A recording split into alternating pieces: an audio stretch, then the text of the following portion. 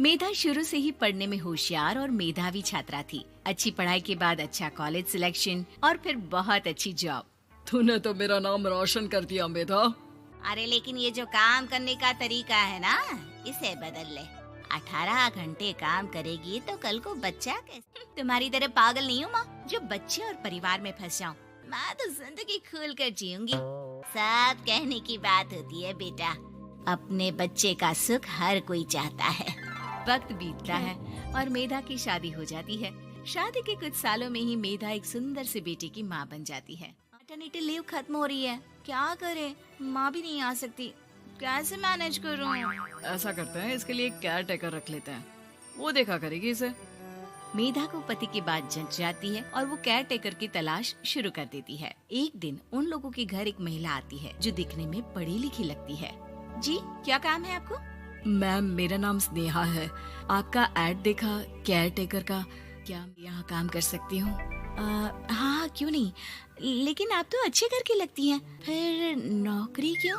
दरअसल मेरे ससुराल वालों ने मुझे घर से निकाल दिया क्योंकि मैं माँ नहीं बन सकती और माता पिता भी नहीं है इस दुनिया में। तो अरे कोई बात नहीं, तुम लक्ष्य को ही अपना बच्चा समझो और यहीं रहना, और किसी भी चीज की जरूरत हो ना तो बता देना। नेहा खुशी खुशी लक्ष्य को संभालने लगती है। रात को जब मेधा घर पर आती है, अरे क्या बात है स्नेहा, तुमने खाना नहीं खाया क्या? अरे दीदी, आपका बेटा टाइम दे तब ना। अरे तो जब वो सोता रो तब तो मैं इसके पास ही बैठी रहती हूँ। कोई मच्छर या कीड़ा काट ले लक्ष्य को तो अब आप पकड़ो, मैं खाना खा लेती हूँ। स्नेहा वहाँ से चली जाती है। बहुत ही अच्छे से ख्याल रख रही है ये लक्ष्य का। मेधा, इतना तो शायद तुम भी ध्यान नहीं देती। मेधा को पति की बात बुरी तो लगती है लेकिन कुछ नहीं कहती। धीरे धीरे स्नेहा मेधा और उसके पति के साथ बाहर भी जाने लगी। सुनो, चलते हैं, वो क्या है ना, लक्ष्य को देख लेगी जब तक मैं शॉपिंग कर लूंगी। हाँ चलो, वैसे मैं चाह रहा था कि लक्ष्य को लेकर हम दोनों ही चलते। क्या यार, तुम तो फ्री में इमोशनल हो जाते हो, कितना देख लेंगे हम दोनों मिलकर, ले चलो उसे। मेधा और लक्ष्य रोड क्रॉस कर रहे थे कि सामने से कार आ जाती है। मेधा का ध्यान नहीं होता लेकिन स्नेहा तुरंत लक्ष्य को मेधा से छीन लेती है। मेधा गिर जाती है और कार मेधा को छूकर निकलती है, जिससे मेधा को खून आ जाता है। पति मेधा को हाथ देकर उठाता है। स्नेहा लक्ष्य को लेकर गले लगाई रहती है। थैंक्स स्नेहा, मैंने तो ध्यान ही नहीं दिया था कि कार आ रही है। मालकिन पर टूट पड़ता है।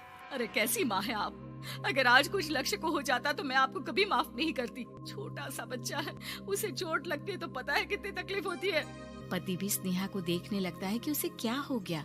मेधा को स्नेहा पर काफी गुस्सा आ जाता है। घर आकर कहती है, देखो स्नेहा, माना तुम लक्ष्य को बहुत प्यार करती हो, लेकिन वो मेरा बेटा है, मैं कभी जानबूझकर उसके साथ बुरा नहीं कर सकती। माफ कर दीजिए, मैं लक्ष्य को लेकर कुछ ज्यादा ही सेंसिटिव हो चुकी हूँ।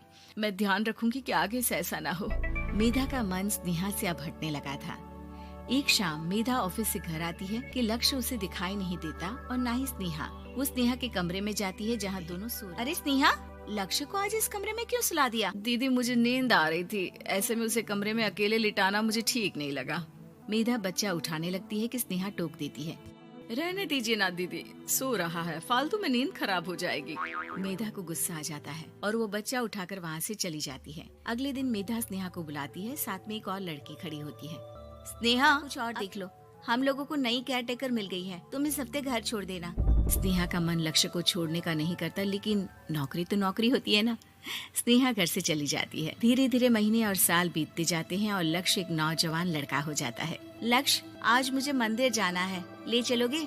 ठीक है माँ, एक काम करके अभी वापस आता हूँ, तब तक आप और पापा दोनों तैयार हो जाइए।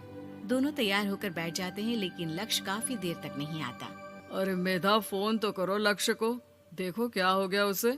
मेधा फोन कराए कि लक्ष्य का एक्सीडेंट हो गया है और वो सिटी अस्पताल में है। जल्दी चलिए, पता नहीं कैसा होगा मेरा बेटा। अरे चिंता ना करो, सब ठीक होगा, मैं अभी कार निकालता हूँ। दोनों मियाँ बीवी अस्पताल पहुँचते हैं जहाँ वो लोग देखते हैं कि लक्ष्य बिस्तर पर पड़ा होता है। एक महिला इन्हें यहाँ लेकर आई है, वो वहाँ बैठी है, लेकिन फिलहाल तो आप लोगों को इनके लिए किडनी का प्रबंध करना होगा।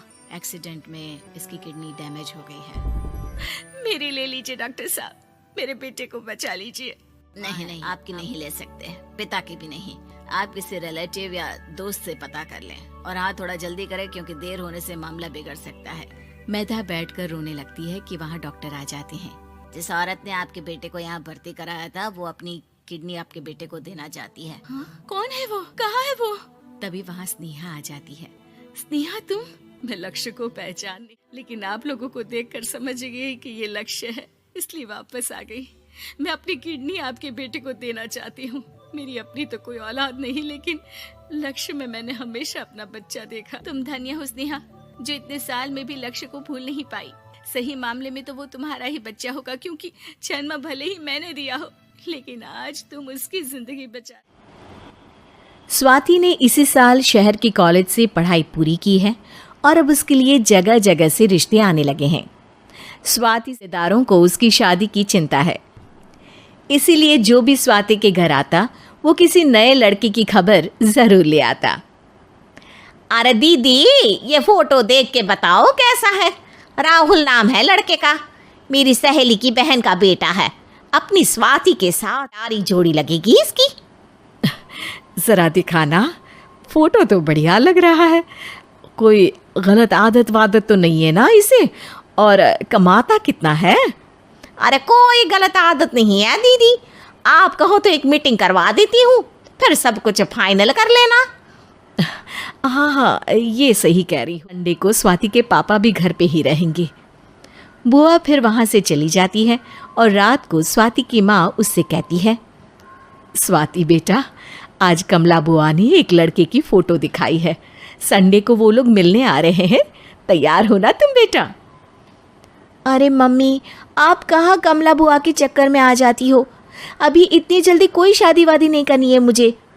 अरे बेटा, अच्छा लड़का है, बुआ जानती है उसे अच्छे से। हाँ स्वाति बेटा, एक बार मिल तो लो, बाद में देखेंगे आगे क्या करना है। वैसे तो कमला रिश्ता लाई है तो मना करने का तो कोई सवाल ही नहीं उठता। संडे की सुबह होती है और कमला बुआ राहुल और उसके मम्मी पापा को लेकर स्वाति के घर आती है। अरे आइए आइए भाभी, इसे अपना ही घर समझिए। इनसे मिलिए, ये मेरे भैया और ये मेरी भाभी हैं। नमस्ते भाभी जी, ये है हमारा लड़का राहुल, सरकारी नौकरी की तैयारी कर रहा है ये। वैसे आपकी बेटी कहाँ है? अरे स्वाति बेटा, बाहर आ जाओ। वैसे कितनी पढ़ाई की है स्वाति ने? जी, पोस्ट ग्रेजुएट है हमारी बेटी साइंस में। ये सब तो ठीक है, पर घर संभालना जानती है या नहीं? हमें कौन सी इससे नौकरी करवानी है, नौकरी तो मेरा बेटा करेगा ही। पर मैंने इतनी पढ़ाई की है और आप चाहती हैं कि मैं घर पर ही बैठी रहूं? अरे स्वाति बेटा, ये बड़ों की बात में तुम कहाँ बोल पड़ी? हम सब देख लेंगे क्या करना है क्या नहीं।